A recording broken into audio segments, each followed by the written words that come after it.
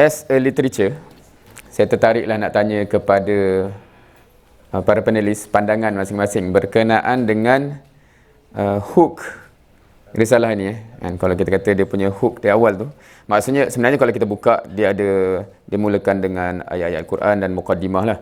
Tapi kemudian dia masuk pada risalah tu itself, ayyuhas syabab, innama tunjuhul fikrah iza, dan dia sambunglah. Maknanya dia punya hook di awal tu ialah akan berjayanya gagasan ataupun akan berjayanya fikrah itu seandainya sekiranya ada beberapa syarat.